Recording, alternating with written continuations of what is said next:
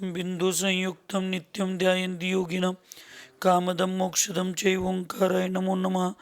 अविरल शब्दगन्नौघ प्रक्षालित सकल भूतल कलंगा मुनिविरूपासी तीर्था सरस्वती अर्तुनोदुरितम् अज्ञानतिमिरां ध्यानां ज्ञानाञ्जनशलाकया चक्षुरुन्मीलितमेन तस्मै श्रीगुरुवे नमः।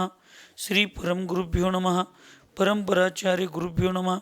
सकल कलुष विध्वंसकम श्रेयसां परिवर्धकम धर्म संबंधकम भव्य जीव मन प्रतिबोधकारकमिदं शास्त्रम श्री मरण कंडिका नाम देम अस्य मूल ग्रंथकर्तार श्री सर्वज्ञ देवा सदुत्तर ग्रंथकर्तार श्री सर्वज्ञ देवा प्रतिगंधर देवा तेषाम् उच्चानुसार मासाद्य अमृतगति आचार्य विरचितम् इदं शास्त्रं श्रोतार सावधानतया शृण्वन्तु। मंगलम भगवान वीरो मंगलम गौतमो गनि मंगलम कुंद कुंदाद्यो जैन धर्मोस्तु मंगलम सर्वमंगलमांगल्यम सर्वकल्याणकारकम प्रधानम सर्वधर्माणां जैनम जयतु शासनम वंदे विद्यासागरम वंदे सनमति सागरम।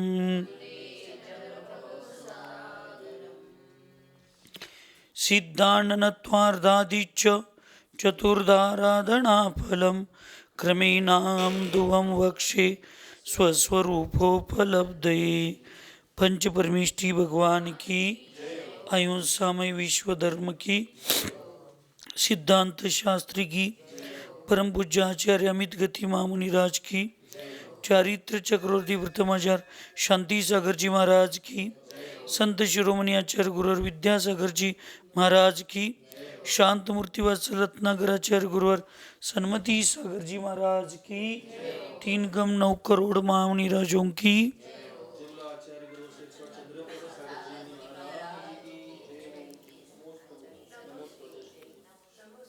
मरण खंडी का इस महान ग्रंथ में पूर्व चर्चा में आचार्य भगवंत अमित गति महामुनिराज अनियत विहारी के बारे में चर्चा करते हुए कहा था कि जो देश देशांतर में अतिथि के रूप में जो साधु विहार करता है वह श्रावक जनों में, नगर में, ग्राम में, वस्तिका में, उपकरणों में और संघ में सर्वत्र अप्रतिबद्ध होता है। अप्रतिबद्ध होता है इसका मतलब वो मेरा है ऐसा ममत्व भाव उसमें नहीं रहता। ऐसी चर्चा पूर्व में हुई थी। आज जो 7वां अधिकार है परिणाम अधिकार, उसकी चर्चा यहाँ पे करते हैं। पर्याय रक्षितो दीर्घम वितीर्णा वाचना मया शिष्या निष्पादिता श्रेयो विधातु मदनोचितम्।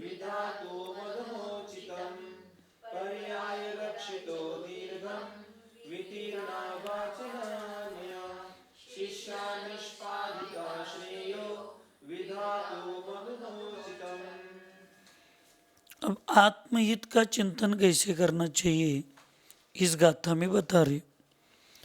यहाँ बता रहे कि मैंने दीर्घ काल तक ज्ञान, दर्शन, चारित्र और तप रूप जो पर्याय है उस पर्याय का मैंने क्या किया, पालन किया। वाचनाएं भी की, अर्थात आगमानुसार निर्दोष ग्रंथ और उनके अर्थ का दान भी हमने दे दिया। शिष्यों को भी व्युत्पन्न किया अर्थात दीक्षा दी। अब मुझे अपना हित करना उचित है। अब मैंने समाज के लिए या संघ के लिए व्यवहारिकता के रूप से जो करना है वो सब मैंने कर दिया। उसमें मैंने अपने दर्शन, ज्ञान, चारित्र, रत्न, तप इसकी मैंने स्वयं तो साधना की, 4 प्रकार की आराधना की। उसके साथ साथ जो ज्ञान अध्ययन किया, ग्रहण किया, उसको मैंने इस रत्नत्रय रूप जो उपकारी लोक है श्रावक हो या साधु हो, उनके लिए भी मैंने दे दिया ज्ञान, और जो उपकारक नहीं है उनके लिए भी दे दिया। मैंने कभी उसमें दुभाव नहीं किया कि ये मेरे है वो मेरे नहीं है, ऐसे ना करते हो। मैंने जो सामने आया उसके लिए ज्ञान दे दिया, ज्ञान का दान दे दिया, उनका अध्ययन कराया। और इसके साथ भविष्य में जैसे घर में एक भावना होती है कि अपनी पर्याय, अपनी कुल वंश परंपरा आगे जीवित रहे, सुरक्षित रहे, इसके लिए विवाहित होकर जैसे सत्पुरुष एक अच्छे सुपुत्रों को उत्पन्न करते हैं कि जिससे धर्म भी सुरक्षित रहे और अपना वंश भी सुरक्षित रहे, ऐसे ही ये महावीर भगवान की वाणी, जिनेंद्र भगवान की वाणी, ये मुद्रा हमारे बाद भी सुरक्षित रहे और ये प्रसार प्रचारित हो, और जयवंत मुद्रा, दिगंबर मुद्रा, निर्ग्रंथ मुद्रा भविष्य में जयवंत रहे, इस भावना से कुछ शिष्यों को भी निर्माण किया। सिर्फ निर्माण नहीं किया, उनको ज्ञान दिया, ध्यान दिया, अध्ययन कराया, सर्व कौशल्य बनाया, अब सब किया। अब बस अब पर द्रव्य के लिए जितना करना उचित था, अनुचित था, एक कर्तव्य रूप था, एक उपकारक रूप था, वो अब मैंने सब कर दिया। अब मुझे अपनी आत्मा का हित करना है, अब मुझे स्वयं की तरफ दृष्टि देना है। पहले जितने पर में दृष्टि थी उतनी अब स्व में लगाना है, और पहले जितनी स्व में थी थोड़ी बहुत, वो अब थोड़ी बहुत जाते जाते पर में लगाना है, वो भी कुछ सीमा तक। लेकिन जब समाधि का एक परमानंद लेने की जब तीव्र इच्छा होती है, तब तो मुझे पर में 1% भी नहीं अपनी भावना को, अपने विचारों को नहीं लगाना चाहिए। ये हर समय हम अपनी विचारों को ऐसे सुरक्षित रखेंगे तो ही अचानक से आई हुई भी समाधि, मृत्यु, उस मृत्यु को हम समाधि के रूप में परिवर्तित कर सकते। इसलिए हर समय इसका विचार होना, चिंतन होना, मनन होना, इसी के प्रति बारंबार बारंबार अनुप्रेक्षाएं होना, अर्थात चिंतन होना, वो भावना होना बहुत जरूरी होती। भावना भवनाशिनी, भावना भववर्धिनी। हम जो भावना करेंगे वो भावना पर्यायों को, संसार के परिभ्रमण को वृद्धिगत करना है क्या उसको नाश करना है, ये भावना के ऊपर डिपेंड है। अब वो भावना हमें समझना चाहिए। परिणाम शब्द का क्या अर्थ है, तो बताते हैं कि अभी तक मेरा स्व पर कल्याण में व्यतीत हो गया, किंतु अब आज मुझे अपना ही हित करना है। इसका मतलब स्व के प्रति ही अब चिंतन करना है, स्व के प्रति ध्यान करना है, स्व के प्रति ही विचार करना है। क्योंकि बहुत गई थोड़ी बची, क्या माता जी ने कह दिया था,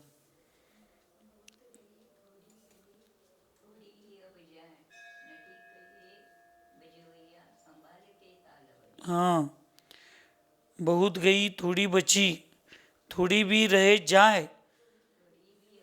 अब जो थोड़ा बचा है वो भी चला जाने वाला है। अब ये नाटक की जो नाटक कलाकार वो तुम जो नाटक कर रहे हो, अब वो नाटक कैसे करो, संभाल कर करो, समझ कर करो। अब इसमें अटको मत।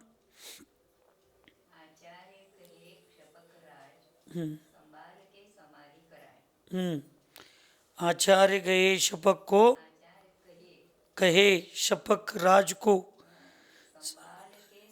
ठीक कराए। संभाल के समाधि करना चाहिए।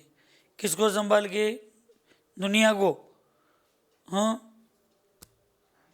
बस। अब बात, अभी तक तूने भैया स्व का भी कल्याण किया, जाते जाते पर का भी कल्याण किया।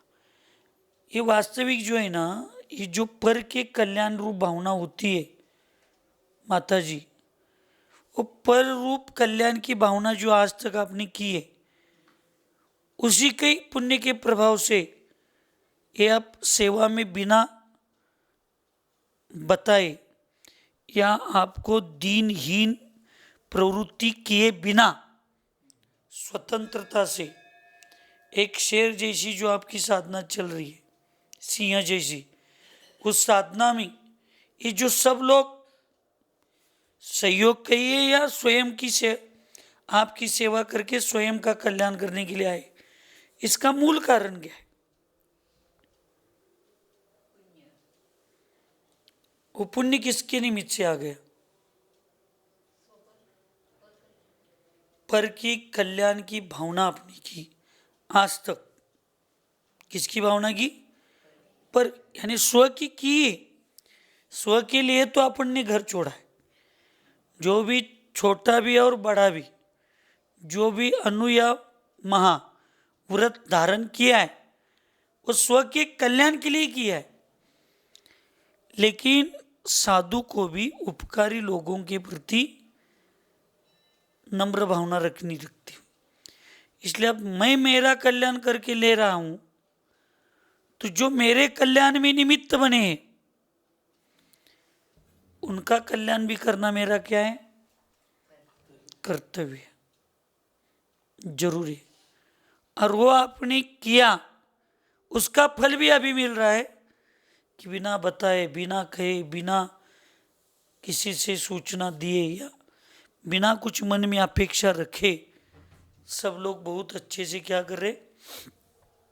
अच्छे अच्छे व्रती लोग आ रहे, ज्ञानी लोग आ रहे, स्वाध्यायी लोग आ रहे, साधु संत आ रहे, आपकी अनुमोदना देने के लिए आ रहे, आपको जागृत करने के लिए आ रहे, आपको दृढ़ करने के लिए आ रहे। क्यों आ रहे? एक एक को तो एक दो लोग मिलना कठिन हो गए। इसलिए हुआ है कि आपने गृहस्थी से लेकर अभी समाधि के समय तक जो जो स्वयं के साथ साथ पर के भी हित की भावना की, तो कहीं ना कहीं से वो उपकार किए हुए लोग वो अपने कर्तव्य को समझकर सब यहाँ पे आपके पुण्य के निमित्त से बुला रहे। जैसे कल बताया हमने, सीता के गर्भ में जो दो जीव पल रहे थे और सीता का जो पुण्य था उसके निमित्त से अपने आप उस विद्याधर राजा को वहां आना पड़ा। पुण्य होता है ना, वो अपने आप लोगों को खींचता है। पुण्य लोह चंबुक या सुगंधी चंदन की तरह होता है। वो चुंबक जैसे लोहे को खींचता है, चंदन जैसे अपनी सुगंध से सब जीवों को अपनी तरफ आकर्षित करता है, वैसे पुण्य अपने आप आकर्षित करता है सब। और पाप अग्नि की तरह होता है, पास में आने की इच्छा होती हुई भी अग्नि पास बहुत आने नहीं देती। अग्नि लगती तो अच्छी है, लेकिन बहुत पास जाने के बाद वो दूर करने की भावना करती। वैसे लोगों को हमारे प्रति भावना तो अच्छी होती है, वो हमारे पास आना भी चाहते, लेकिन पाप कर्म का उदय वो पाप आने नहीं देता। वो अग्नि जैसा है, दूर चल दूर चल। और पुण्य चंदन जैसा है, लोग आपसे दूर जाना भी चाहे तो भी वो सुगंध ऐसी है, वो अपने आप व्यक्ति जीव उस दर आकर्षित होता है, वैसे पुण्य होता है। इसलिए ये सब अनुकूल सब व्यवस्था है, ये पुण्य के सिवाय नहीं मिलती। इसलिए एकदम से कोई श्रावक जीवन जी रहा है या साधु जीवन जी रहा है तो राग नहीं करना चाहिए, पुण्य पर स्नेह नहीं रखना चाहिए, पुण्य के प्रति आसक्ति भी नहीं होनी चाहिए, लेकिन उसको एकदम से हेय रूप समझकर उसका द्वेष भी नहीं करना चाहिए। इसलिए ये मनोमन भावना हो रही है कि अब मुझे स्व पर कल्याण की प्रति समर्पित होकर मेरे परिणाम, मेरा जीवन तो व्यतीत हो गया। अब सिर्फ स्व की तरफ मुझे क्या करना है, स्व कल्याण की तरफ मेरी अब भावना होनी चाहिए, क्योंकि बहुत थोड़ा समय अब बचा है। किमालंदम परिहारम भक्त त्याग मुतेंगिनीम पादोपगमनम किम किम जिन कल्पम श्रयाम्यहम्।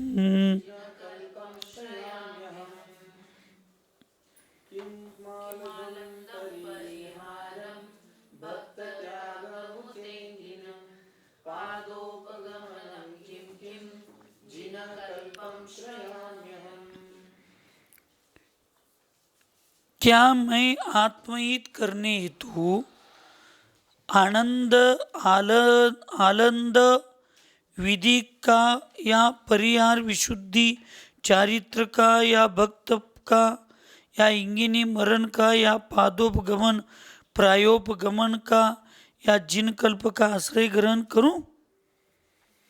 अब हित करने की इच्छा मेरी हुई है ना, तो हित कैसे होगा? तो उस हित करने के निमित्त से अब मैं विशुद्ध चारित्र का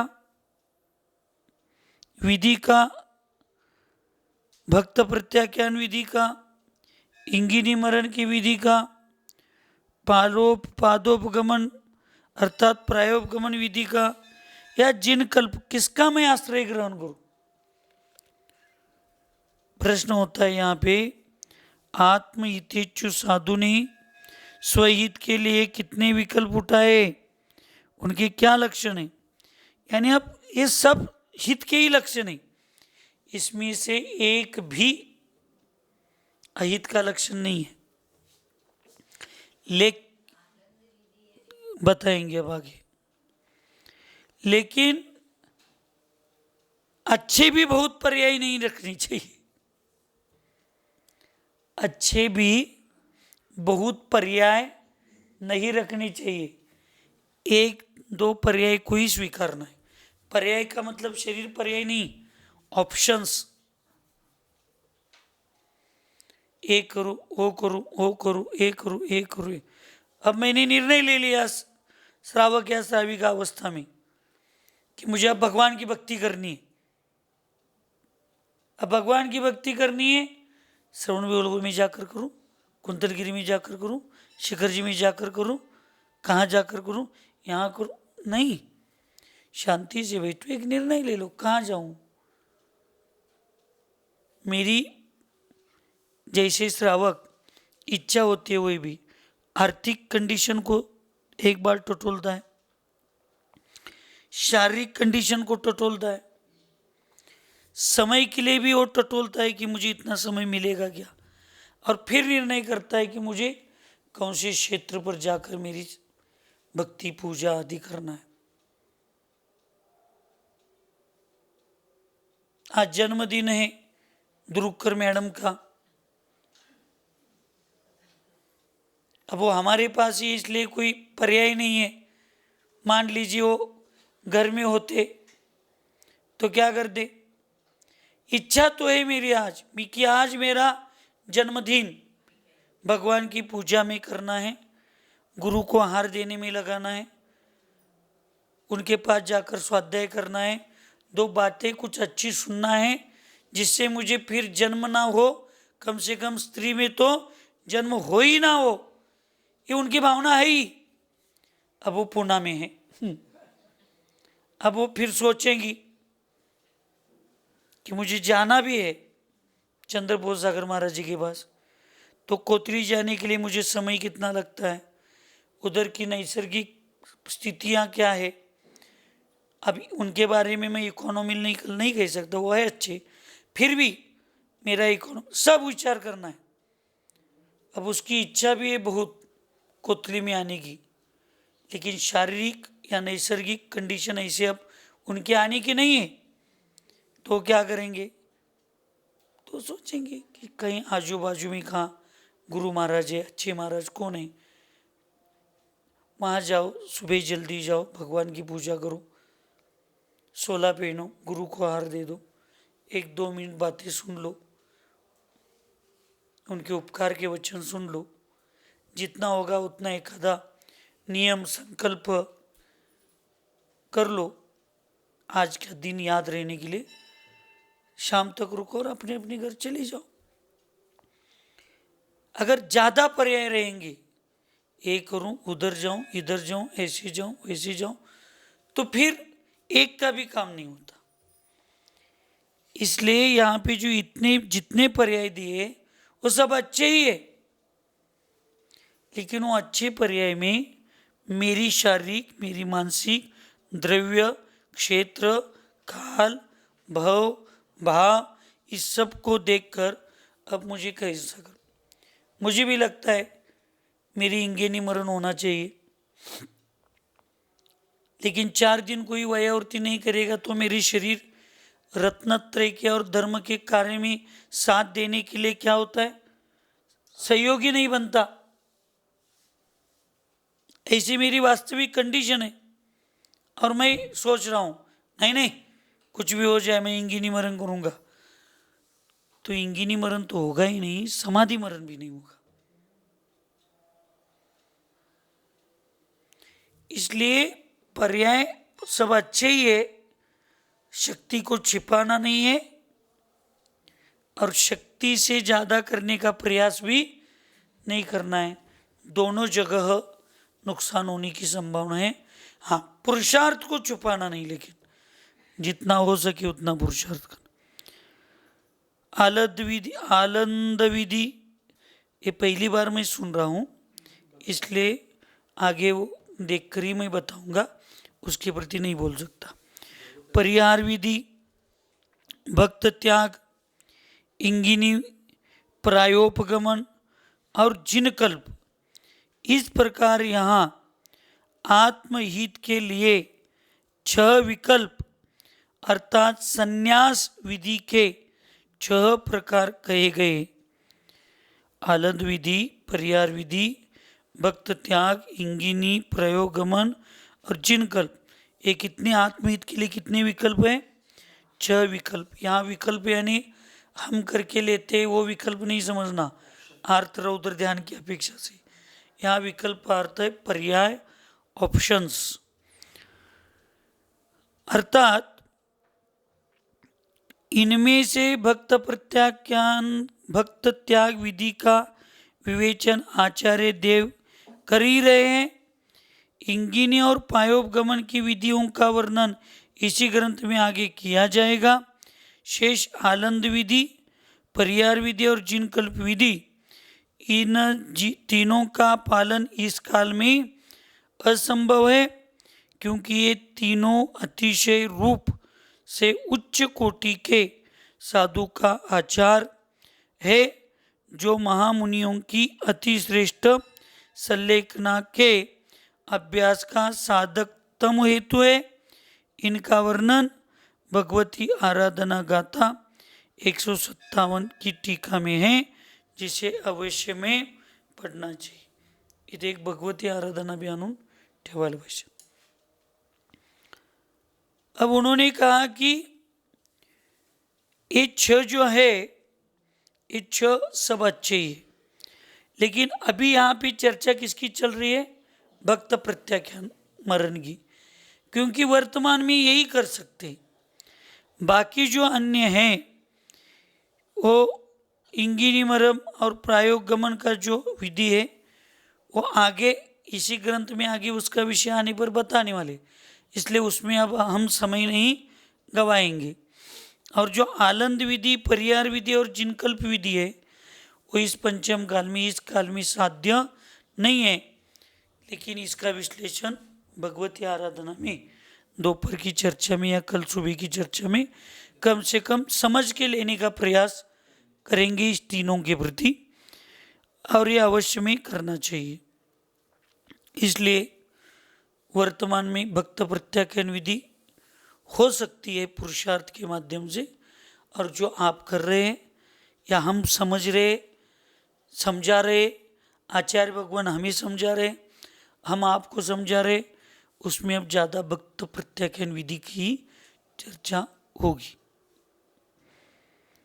भक्त प्रत्याख्यान के लिए प्रयत्नशीलता। सत्येव स्मृति महात्मे विचारे सति जीविते भक्त त्यागे मतिम धत्ते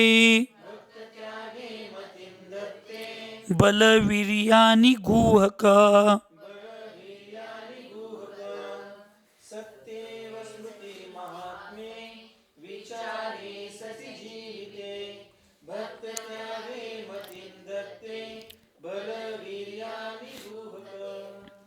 उपर्युक्त प्रकार से विचार कर स्मृति का महात्म्य होने पर और आयु के अल्प रह जाने पर अपने बल एवं वीर्य को न छिपाते हुए मुनिराजों को भक्त प्रत्याख्यान में अपनी बुद्धि लगानी चाहिए। क्या कहा भैया? स्मृति का महात्म्य यानी क्या है? अभी स्मृति अच्छी काम कर रही है, स्मृति मानधना नहीं क्रिकेट पट्टू, यहाँ स्मृति अपनी बुद्धि चल रही है। अपनी स्मृति जब तक अच्छी है तब तक उसको समझना चाहिए, और बल आयु के अल्प रह जाने पर, अब आयु किसके हाथ में क्या है, किसको क्या मालूम है, लेकिन तर्क से, व्यवहार कौशल्य से और पूर्व के अनुभव से आगम को समझकर आयु के प्रति अंदाज कर सकते कि भैया ये सूचनाएं मिल रही है तो अब आयु कम हो गई है और आयु खत्म होने के रास्ते पर है। लगता है कि नहीं देशमानी का कि कभी क्या लगता है?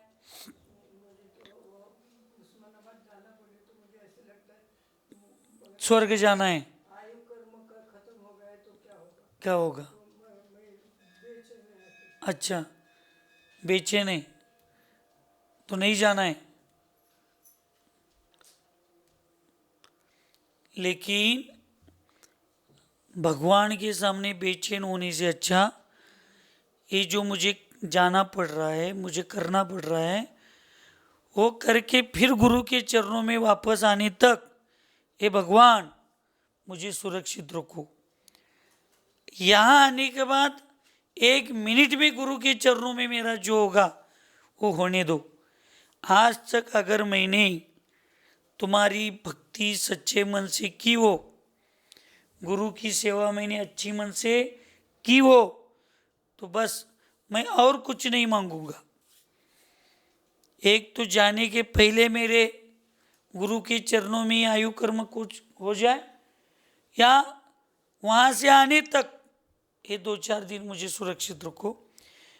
मैं मृत्यु से नहीं डरती, लेकिन अच्छी मृत्यु आनी चाहिए, इसके लिए मैंने जीवन भर ये सब परिश्रम, भक्ति, श्रद्धा, आस्था की है। बस वो मेरा सुरक्षित भाव रहे, मेरी मृत्यु अच्छी सी हो।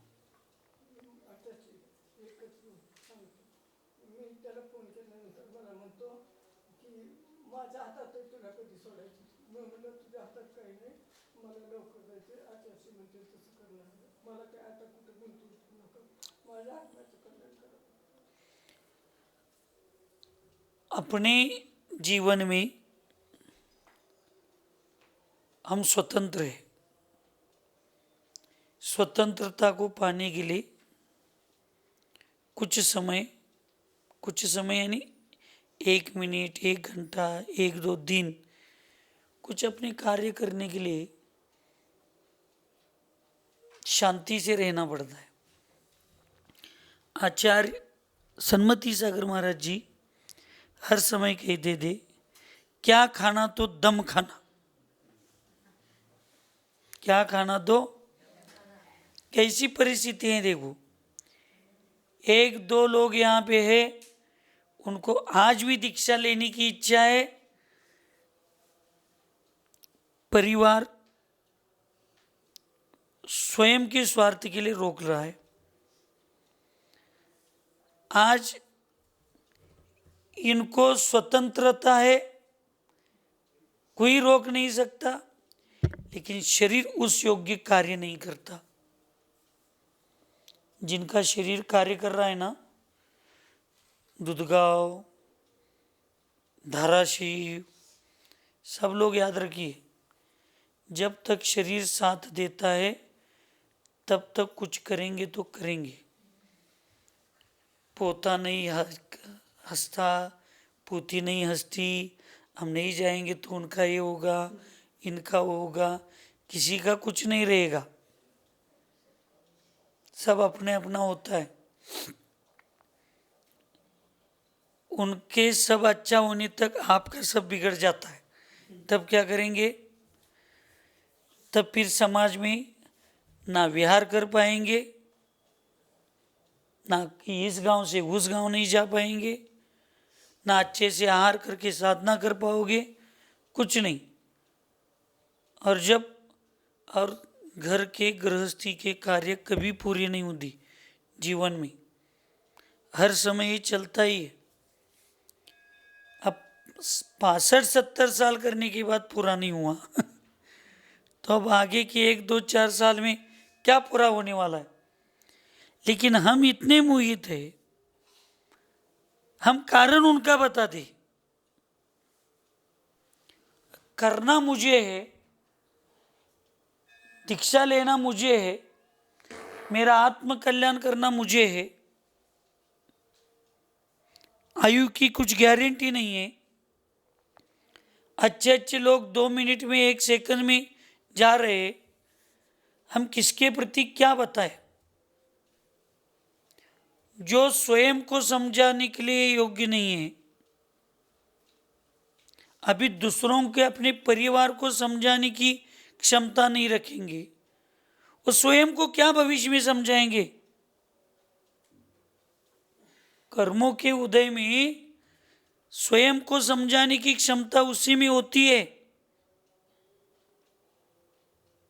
जो दूसरों को समझाने में क्षमता रखता है। ना हम स्वयं को कुछ समझ पा रहे, समझा पा रहे, ना दूसरों को समझा पा रहे, और सिर्फ भाव कर रहे। भाव करने से क्या होता है? तो ये कह रहे हैं कि स्मृति जब तक अच्छी है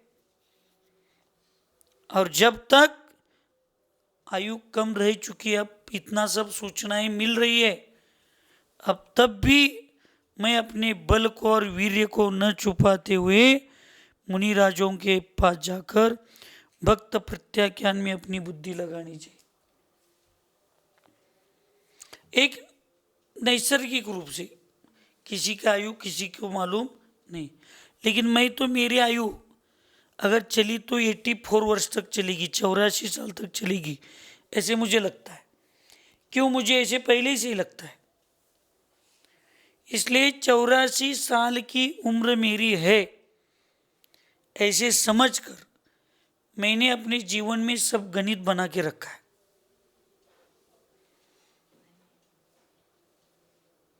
अब आपकी भी उम्र 84 साल है, इतनी पकड़ो गारंटी कि मेरी भी नहीं है, आपकी नहीं, लेकिन 84 साल है ऐसे पकड़ो।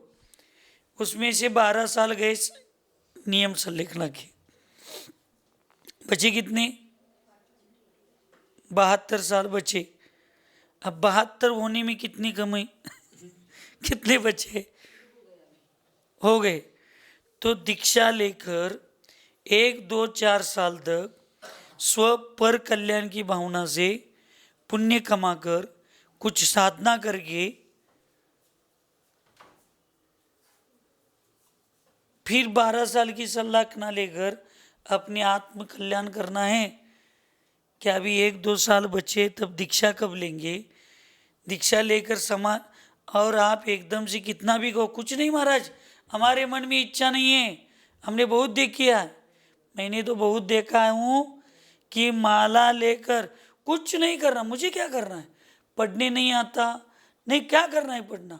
मैं तो आपको बताता हूँ, दीक्षा लेने के बाद मैं सिर्फ माला लेकर जाप करते बैठने वाली हूँ। ऐसे ऐसे ही कि नहीं परमति माता जी लोग, है कि नहीं? और दीक्षा के बाद प्रवचन करो, ये करो।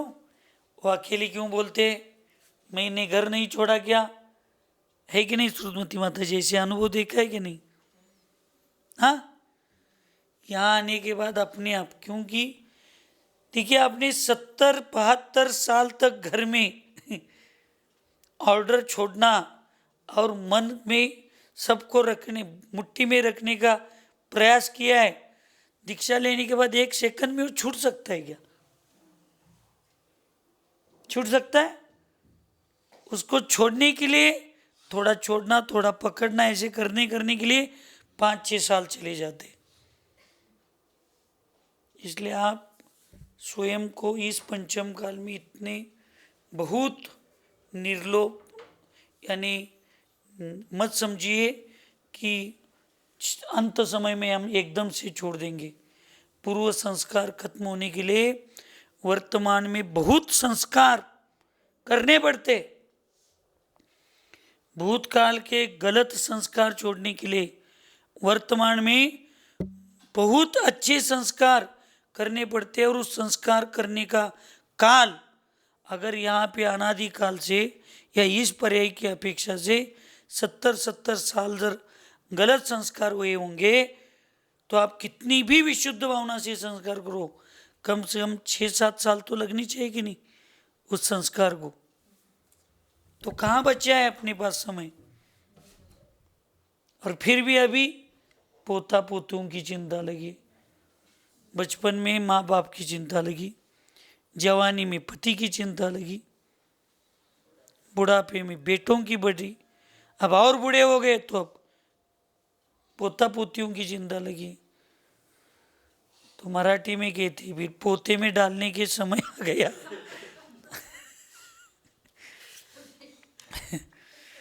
पोत्यात घालायची वेळ आली तरी अजून पोता पोतीच आम्ही करत बसलोय।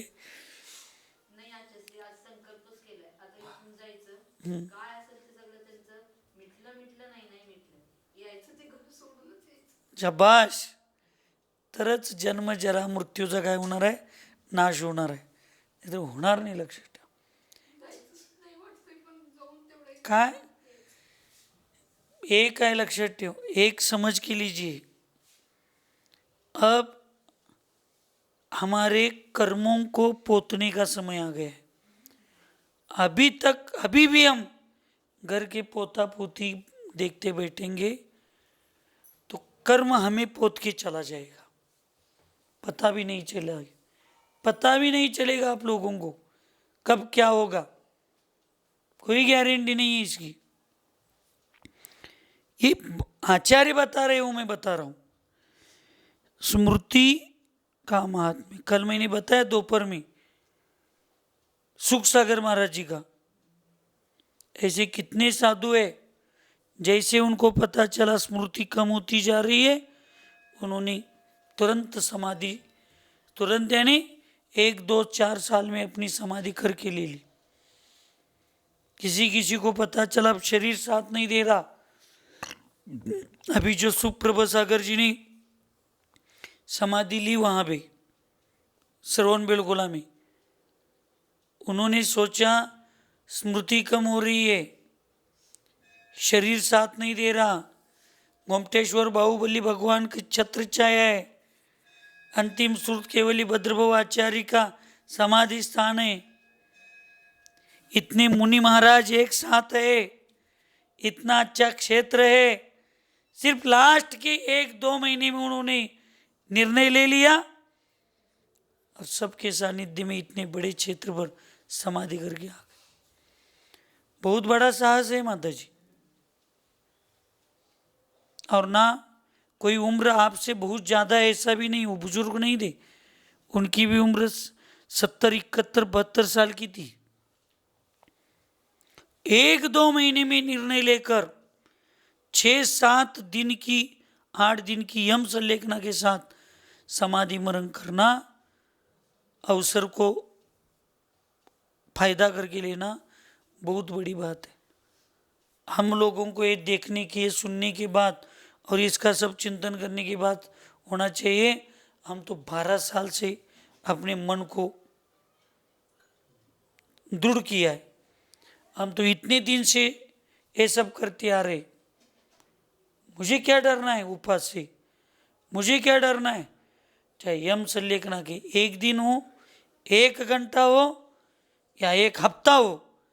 जब 2 महीने में अच्छे स्वस्थ लोग 2-3 महीने में अपने मनोबल को जागृत करके अगर इतना बड़ा कार्य कर सकते हैं तो हम तो कितने, मेरा तो पुण्य कितना है। ये तो 12 साल से मैं साधना करती आ रही हूँ। 1-1.5 साल के पहले से तो मेरा फिक्स निर्णय बचा है।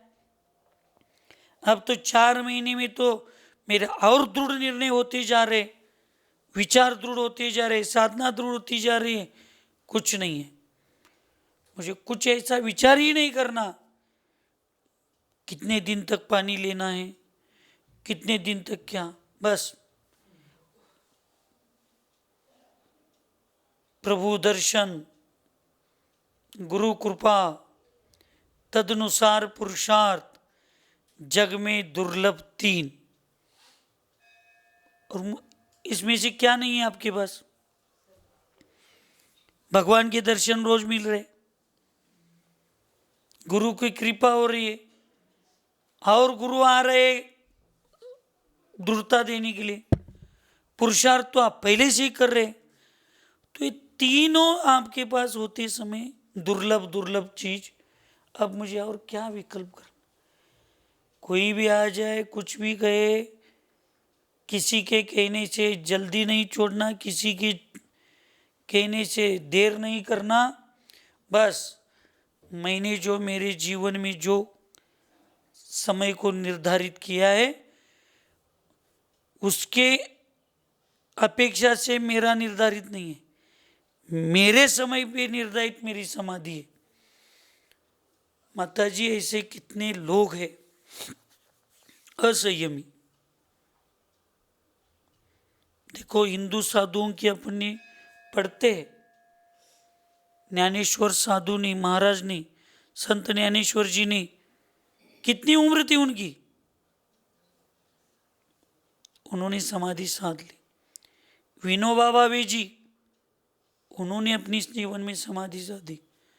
मैं तो जैन, बचपन से संस्कार है मेरे ऊपर। नहीं ठीक है, मैंने पहले भावना कुछ भी बनाई हूँ, अब जैसे जैसे हम स्वाध्याय आगे आगे जाएगा, जैसे जैसे नई नई चीज़ें आगे में मिलती जाएगी, पूर्व कुछ अच्छी भी धारणाएं हैं कुछ समय के प्रति। अब कुछ नहीं मुझे विकल्प, ना 1 महीने का विकल्प है, ना 1 दिन का है, ना 4 महीने का है। बस भगवान जब भी आ जाए, इतने अच्छे से मेरे प्राण निकल जाए, शास्त्र का अभ्यास मेरे चारों बाजू में हो, गुरु की कृपा, गुरु मार्गदर्शन होता रहे, साधर्मी लोग सब मेरे आजू बाजू में हो, और जैसे नवनीत में से बाल निकल जाता है, पता भी नहीं चलता, वैसे किसी को भी ना पता चले, ऐसे मेरे उत्कृष्ट परिणामों के साथ अभेद रत्नत्रय के चिंतन के साथ भेद विज्ञान को अनुभव में करते समय मेरे प्राण निकल जाए, बस मुझे इससे ज्यादा कुछ नहीं चाहिए। वो तो 1 सेकंड में आएगा तो मैं स्वीकारने के लिए तैयार हूं। इसलिए हम सीमा निर्धारित नहीं करेंगे, हमारी साधना सीमा निर्धारित करेगी कि मुझे अब ऐसे जाना है। तो यहाँ पे आगम कहता है कि फिर वो समाधि मरण बहुत अच्छे से हो जाएगा। स्मृति महात्मा का क्या आशय है?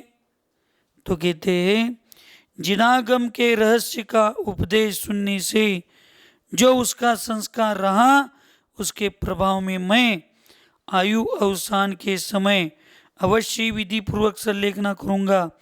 ऐसा जो संकल्प किया था उसका स्मरण भी भक्त प्रत्याख्यान का कारण होता है। यह स्मृति महात्म्य का आशय है। यहाँ पे बता रहे स्मृति का मैंने पूर्व में ये निर्णय किया था कि मेरी आयु अल्प हो, शरीर क्रूश हो, या मेरी स्मृति अच्छी रहे, तब तक मुझे भक्त प्रत्याख्यान मनन करना है। ऐसे मैंने पहले निर्णय किया था, निर्धारित किया था। ये मेरे अभी स्मृति में है, तब तक ही मुझे कुछ कार्य करना है। अन्य लोग मुझे याद दिलाने का प्रयास होगा तो क्या है? नहीं। ऐसे समझकर अच्छी भावना से, अच्छी श्रद्धा से, अच्छी पुरुषार्थ के साथ आया अकेला, अकेला ही जाना, ढूंढ ले चेतन निज का ठिकाना। सुखी रहे सब जीव जगत में, कोई कभी न घबरावे, वैर पाप अभिमान छोड़ जग, नित्य नए मंगल गावे। ओम नमः। सबको क्षमा, सबसे क्षमा।